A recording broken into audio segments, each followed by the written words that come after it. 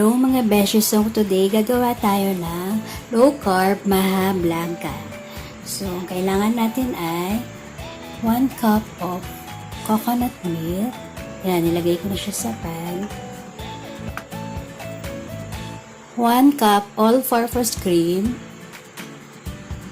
So, haluin lang natin lahat ng mga ingredients natin sa ating pan.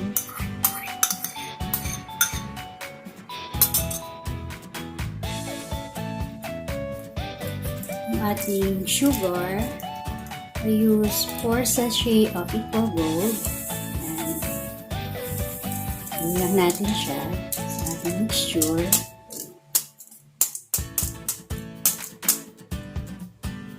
Then, haluin natin siya.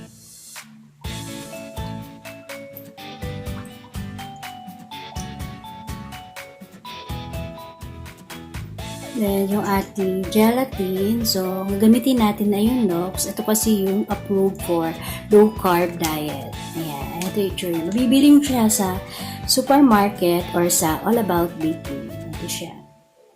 So, tutunawin lang natin to sa 1/4 cup of water.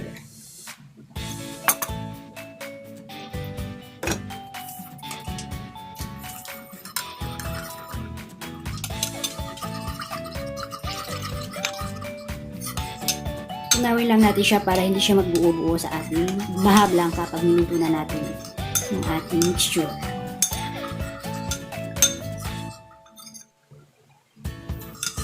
Kaya once dissolve na siya, lalagay lang natin siya sa ating mixture.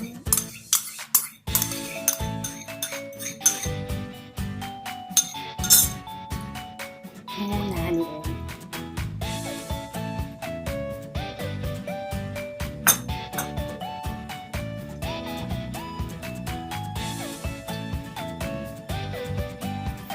And then, sasalang na natin siya sa ating stove in a low to medium fire.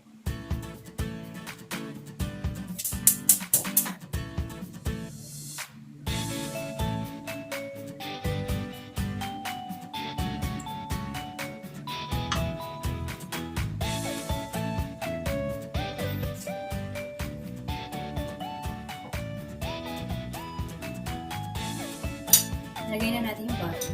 1 tablespoon of butter.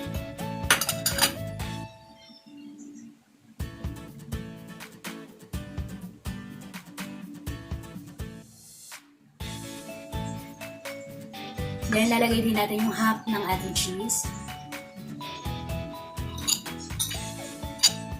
Yung dami ng cheese, depende sa inyo kung gaano karami yung gusto ko. Meron kasi iba na gusto na cheese or cheesy yung flavor. Then, yung half, lalagay natin as toppings. Buhin lang natin siya hanggang sa kumulo.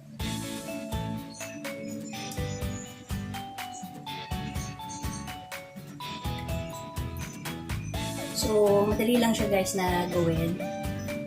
And, konti lang yung ingredients na kailangan natin. Pwede kayong gumamit ng yung mga gatang nasa Tetra Pak or can. Pero mas maganda yung fresh na nabibiling nyog. Tapos, titigain na lang siya.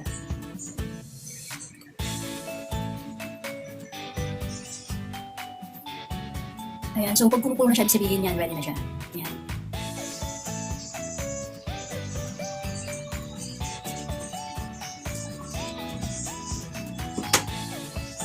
So, ready na siya guys. Transfer na natin siya sa ating lalagyan.